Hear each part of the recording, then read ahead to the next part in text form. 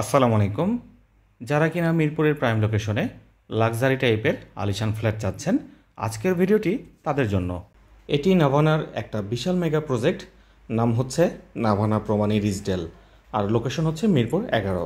শহরের এই বিশাল বিশাল অট্টালিকার ভিড়ে অনেকেই চান তাদের বসবাসের ঠিকানাটা হোক প্রকৃতির সাথে সুসজ্জিত, নয়নাভিরাম এবং মনোমুগ্ধকর।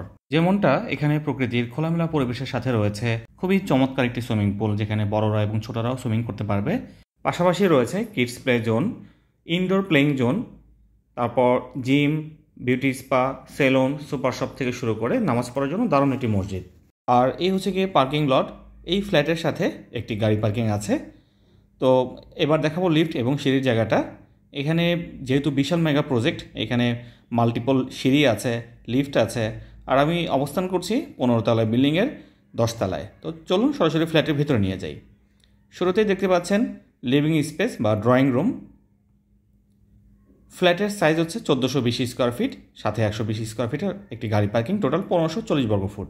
সম্পূর্ণ ফ্ল্যাটটা কিন্তু অনেক দারুণভাবে ইন্টেরিয়র করা। আমরা বলতেই পারি এই ফ্ল্যাটটা আধুনিক সাজে সুসজ্জিত, এবং দেখলেই মনের মধ্যে একটা প্রশান্তি আসবে, ভালো লাগা কাজ করবে। তো আপনারা দেখতে পাচ্ছেন লিভিং রুমের স্পেসটা। এখানে টেলিভিশন রাখা, পাশে কর্নার শোকেস রাখা, আর উপরের সিলিংটা আসলেই দারুণ করেছে।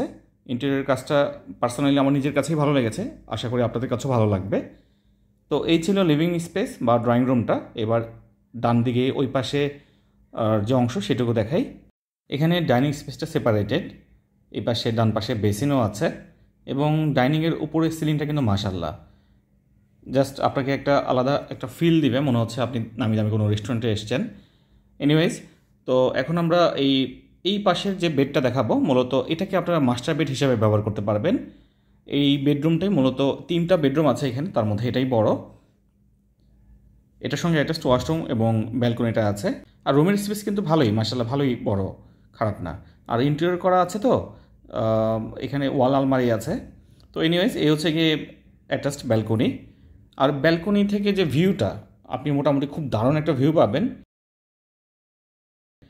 ওই যে ওই পাশে সোজা বরাবর যে কর্নার বড় বিল্ডিংটা, ওইখানে হচ্ছে কালশি ফ্লাইওভার। আর এই হচ্ছে গিয়ে অ্যাটাচড ওয়াশরুম।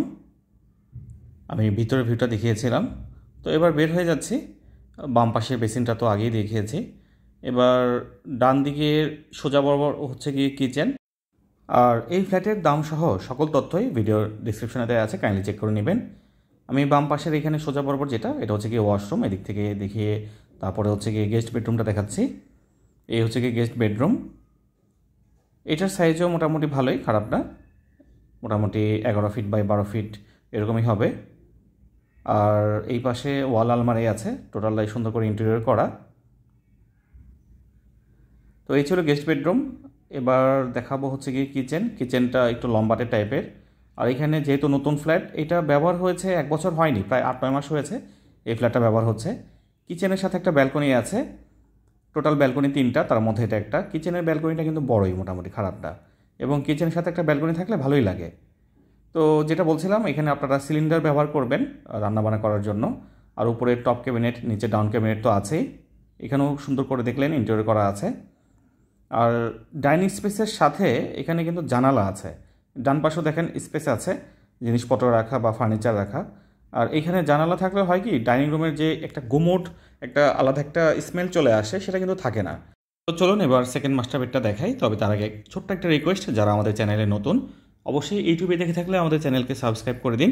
ফেসবুকে দেখে থাকলে আমাদের ভিডিওতে এটি লাইক দিয়ে আমাদের পেজকে ফলো করে দিন। এই হচ্ছে গিয়ে সেকেন্ড মাস্টার বেড। এটার সঙ্গে অ্যাটাচড ওয়াশরুম এবং ব্যালকনি আছে। ব্যালকনিটা এল শেপের, একদিক দিয়ে ঢুকে আরেক দিক দিয়ে বের হওয়া যায়। তো চলুন ব্যালকনিটা দেখাই। দেখাতে দেখাতে ফ্ল্যাটের দাম নিয়ে কিছু কথা বলি। সেটা হচ্ছে গিয়ে, দাম তো ডিসক্রিপশনে দেওয়া আছে, কাইন্ডলি চেক করে নেবেন। আপনারা যারা গাড়ি কেনেন, একটা টয়োটা প্রিমিও বা এলিয়ন গাড়ির দাম কিন্তু 15 থেকে 20 লাখ টাকা বা আরও কমে পাওয়া যায়, কিন্তু পক্ষান্তরে একটা মার্সিডিজ বেঞ্চের দাম কিন্তু অনেক বেশি। ঠিক তেমনি এই ফ্ল্যাটের দামের ভ্যালুয়েশন সাধারণ ফ্ল্যাটের দামের সাথে তুলনাযোগ্য নয়। তো স্ক্রিনে আমাদের কন্ট্যাক্ট নাম্বার দেওয়া আছে, আগে থেকে কল করে ফ্ল্যাট দেখার জন্য আসবেন। ধন্যবাদ।